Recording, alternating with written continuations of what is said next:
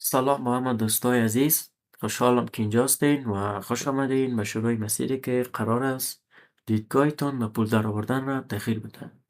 من یوسف ملک هستم، 18 سال سن دارم، مدرس بازارهای مالی و مدت 1 سال است که روی بازار کار میکنم و تمرکزم فقط روی یک چیز است: یاد گرفتن روش پول گرفتن از بازار، نه قمار کردن. و من مثل خیلی بازار شروع کردم، اشتباه کردم، عجله کردم، اما کم کم فهمیدم که مشکل از بازار نبود. مشکل از طرز فکر و نداشتن سیستم بود.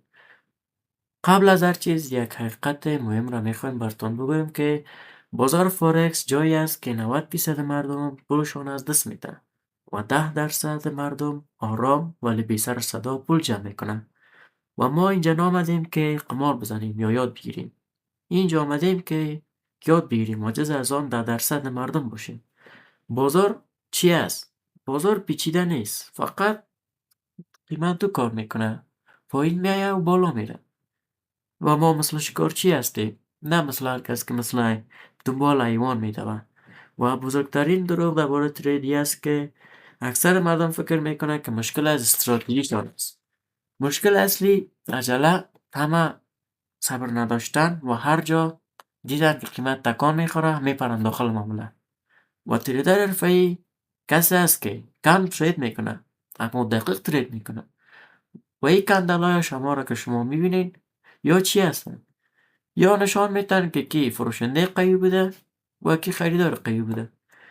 و فرق قمارباز و تریدر حرفه‌ای است که قمارباز هر روز ترید میکنه، عجله داره، دنبال سود است، سود سریع است، احساساتی است، احساساتی ترید میکنه.